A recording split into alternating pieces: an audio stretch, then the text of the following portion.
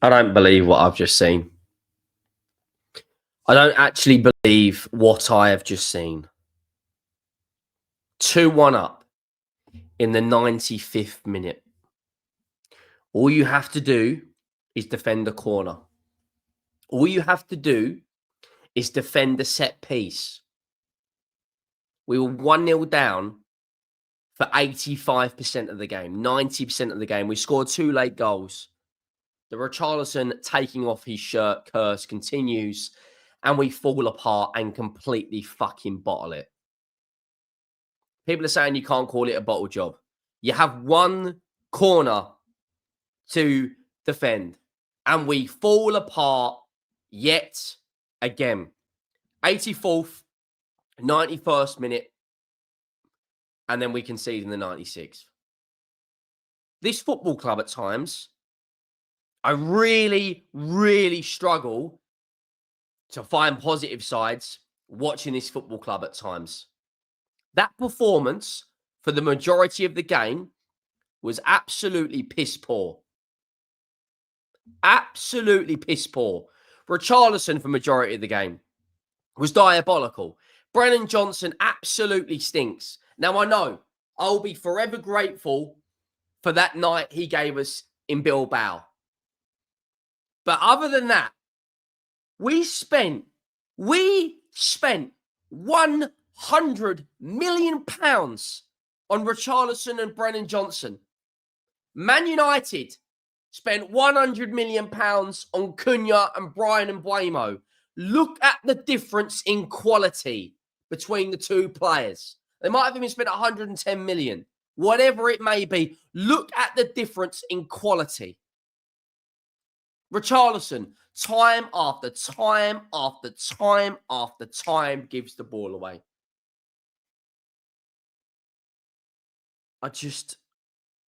Brennan Johnson, it's his marking. His man is Ligt. He's marking him for the corner. And just everything about, when we equalised, I was going mad. Screaming, shouting at the telly on cloud nine, because that would have put us second in the league. And we fall apart. We absolutely fall apart. And do you know what? On the balance of play, most people would say a draw is a fair result. You know, we had 3 big chances. We missed 2 of them. Richarlison misses a header in the first half. United had 2 big chances and scored both of them. Make sure you go down and drop a like on the video if you haven't already. It's a tough one to take, guys. I'm not going to lie. It is a really, really tough one to take. Make sure you go down, hit that subscribe button. We're about 25 subscribers away from hitting 4,200. The road to 10K is well and truly on. Yeah, I mean, today, it wasn't our best performance. When Xavi Simons got subbed off, you know, people were just going ballistic, absolutely ballistic. The boos in the crowd, you know, lots of yellow cards today. Johnson, Palhinha, Romero, Richarlison, Udogie, Kevin Danso. You know, I'm at the point now where I don't buy into all the bullshit about Thomas Frank. When you've got a front line of Richarlison and Brennan Johnson starting, for me, Udogie should have started over Spence. For me, Benson Core should have started over Sarr. You know, Van de Ven, we'll get to Van de Ven in a minute, because his tackle in the second half, which when Benjamin Sesko was through to make it 2-2, he saved us. Because if he goes, sorry, not 2-2, to make it 2-0 Man United, the first goal, I don't know what Sarr's doing with the ball. The players around him, the Tottenham players around him, are just waiting for him to clear it. Just put it up the field. Put it up the goddamn field, man. Like, why? Why are you fucking around with it? Just get rid. He doesn't. They pounce onto it. Ball goes out to Ahmed. There's no pressure on the ball whatsoever from Jed Spence. Puts in a cross. And there is Brian Mbeumo to head home a comfortable header.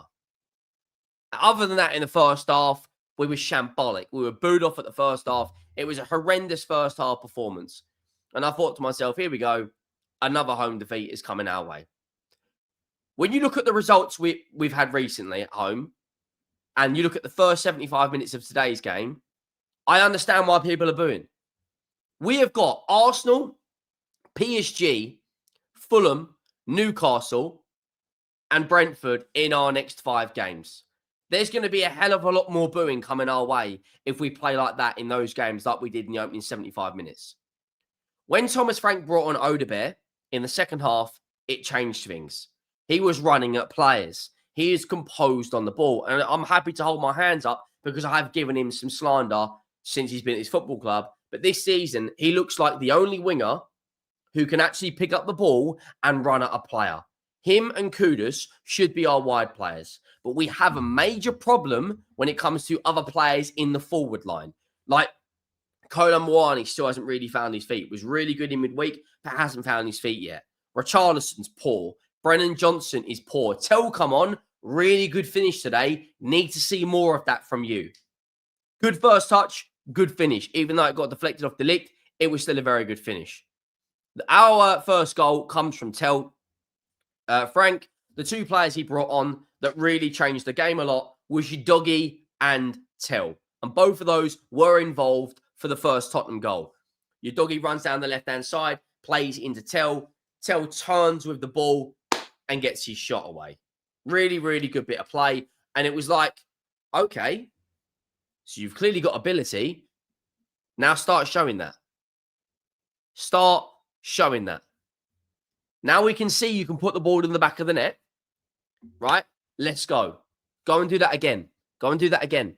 Go and do that again. And then we can, yeah. Because we also spent 50 million euros on him. 60 million on Solanke. 50 million euros on Tell. 50 million on Richarlison. 50 million on Brennan Johnson. That's over 200 million pounds. Barely any of them so far have put the ball in the back of the net on a consistent basis. So the jury's still out on Tell, but today, fair enough. Our equaliser comes from Richarlison. Odobert, another substitution. Gets the ball on the edge of the box, has a strike. Richarlison gets to flick on. It's a good finish. Richarlison rips his shirt off, goes absolutely ballistic. We're 2-1 up, and I'm thinking to myself, finally. Because we beat Man United last year 4 times. We beat them home and away in the FA Cup and the Europa League. We have got United's number. We are their bogey team. We always play well against Manchester United. You know, that is a fact. In recent times, we've played well.